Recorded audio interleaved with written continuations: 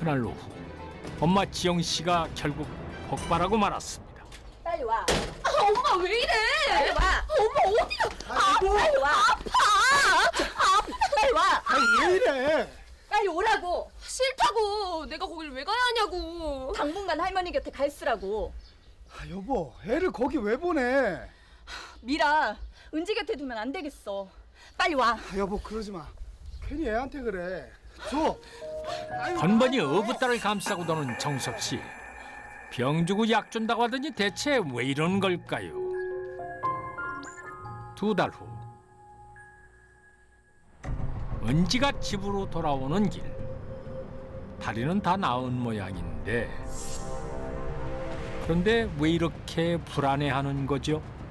바로 그때 웬 학생들이 은지를 다짜고짜 끌고 가더니 인정사정 없이 폭력을 휘두릅니다. 그런데 무리에 섞인 여학생이 언니 미라와 같은 교복을 입고 있었습니다. 어이, 뭐 하는 거야? 아이씨, 야, 영문을 알 수 없는 무자비한 폭행. 은지에겐 대체 왜 이런 사고가 끊이질 않는 걸까요? 병원으로 옮겨져 응급수술을 받은 은지는 한동안 의식을 회복하지 못했는데요. 폭행 사건에 대한 경찰 조사가 시작됐습니다. 제 딸 이렇게 만든 놈들 꼭 좀 잡아주세요. 예, 알겠습니다. 근데 폭행을 한 학생들 미라 양하고 같은 학교 교복을 입고 있었다는데 네? 뭐라고요? 미라 양은 잘 모르는 일인가요? 아니 그걸 왜 저한테 물으세요? 미라야, 너 설마 아니지? 아빠. 경찰은 수사 중 부부의 이웃으로부터 평소 언니와 동생이 매일같이 싸웠고 게다가 목격자 진술에 의하면 가해자들이 언니 과 같은 학교 교복을 입고 있었던 것입니다. 여러 정황상 언니 이 의심을 받는 상황에 처하고 마는데요. 하지만 경찰은 별다른 증거가 나오지 않았기 때문에 에 대한 조사는 더 이상 하지 않았고요. 폭행 사건에 대한 범인은 찾지 못하게 됩니다. 기대봐. 병원 치료를 마친 은지는 석 달 만에 집으로 돌아왔습니다. 그때 정석 씨에게 전화가 한 통 걸려옵니다. 발신자를 확인하더니 수신을 거부하는 정석 씨.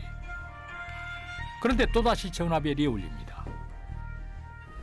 은지야, 나 쉬고 있어. 딸 앞에서 받기 곤란한 전화였을까요? 자리를 피해 전화를 받는 정석 씨. 여보세요. 알았어. 내일 거기서 만나.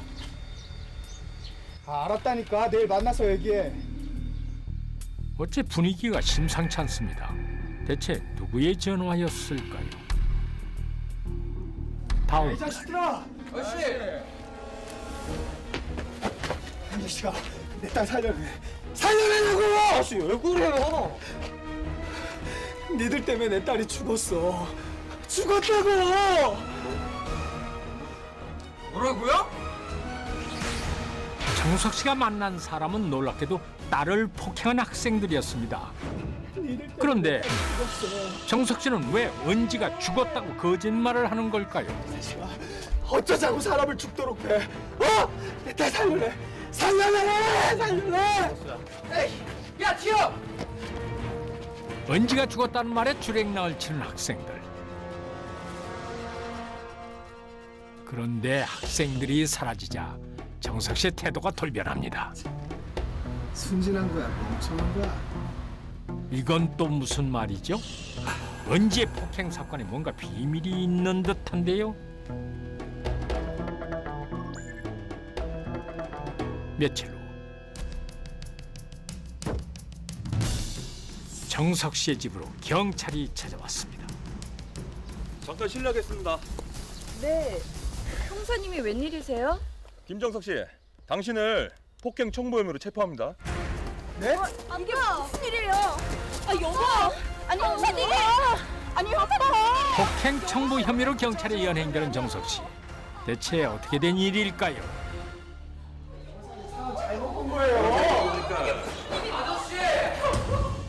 놀랍게도 경찰서에는 은지를 폭행한 학생들이 먼저 와 있었습니다.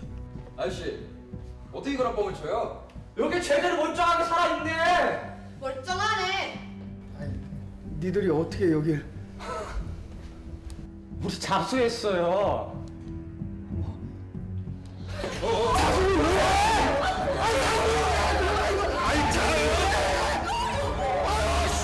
학생들이 자수를 했단 말에 오히려 화를 내는 김정석. 그는 대체 무슨 일을 꾸몄던 걸까요? 15년 전 김정석은 어린 딸을 가진 이혼녀와 결혼을 했는데요. 그 아이가 바로 은지였습니다. 그리고 10년 후 아내가 암으로 사망하자 김정석은 사망보험금 1억 원을 받게 됐습니다. 보험금에 맛을 들인 김정석은 어부딸을 상대로 잔인한 범죄를 계획합니다.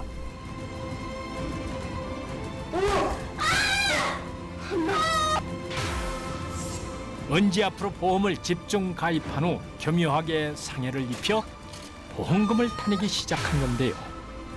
화상과 골절상 등으로 5년간 수십 차례에 걸쳐 보험 사기를 친 김정석은 보험회사의 의심을 피하기 위해 보다 치밀한 계획을 세우게 됩니다.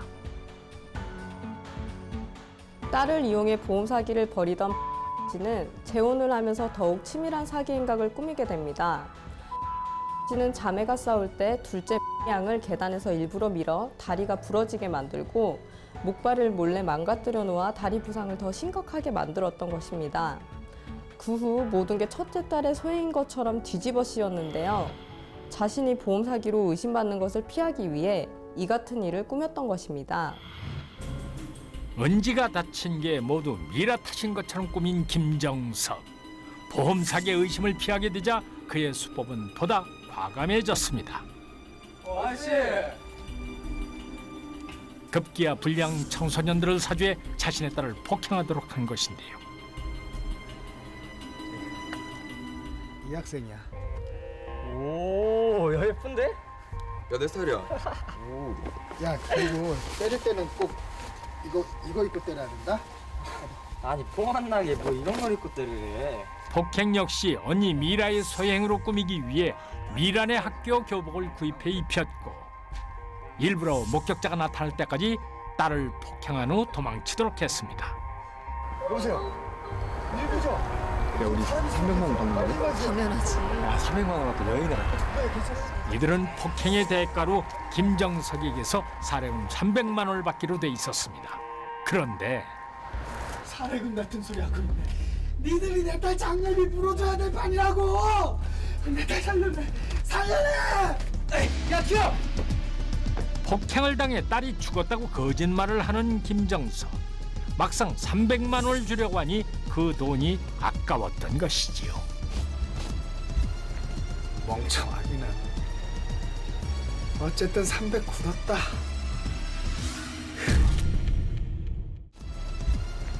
멍청하기는. 어쨌든 300 굳었다. 학생들은 김정석의 거짓말에 잔뜩 겁을 집어먹게 됐습니다. 감옥 가면 어떡해? 우리 평생 살인자로 살아야 돼? 우리가 왜 살인자야? 아저씨가 시켜서 한 건데. 아이씨. 아 우리 자수할까? 자수하면 가면 그런 거 있잖아.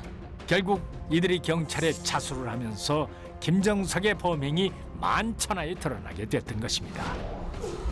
딸을 다치게 하고 무려 2억 5천만 원의 보험금을 타낸 김정석. 이 나쁜 놈아. 네가 어떻게 나한테 이럴 수 있어?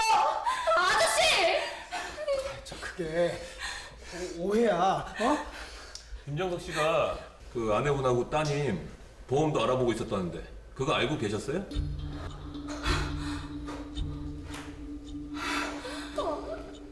어쩐지 네가 그러고도 사람이야? 아내와 첫째 딸에게도 보험 사기를 벌이려던 씨의 계획은 수포로 돌아갔습니다. 결국 부부는 이혼을 하게 됐는데요. 아버지의 범행이 밝혀지면서 가장 큰 충격을 받은 은 친엄마의 여동생인 이모가 도맡아 키우게 됐습니다. 법정 다툼 끝에 는 친권을 상실했고 둘째 딸을 이용해 편취한 2억 5천만 원의 보험금을 환수하라는 조치를 받았습니다. 씨는 폭행 청구 및 사기 혐의로 징역 2년형을 선고받았습니다. 착한 아빠의 가면을 쓴 채 극악무도한 범행을 저지른 김정석. 가족의 사랑과 믿음을 철저히 기만하고 짓밟은 그는 악마나 다름이 없습니다.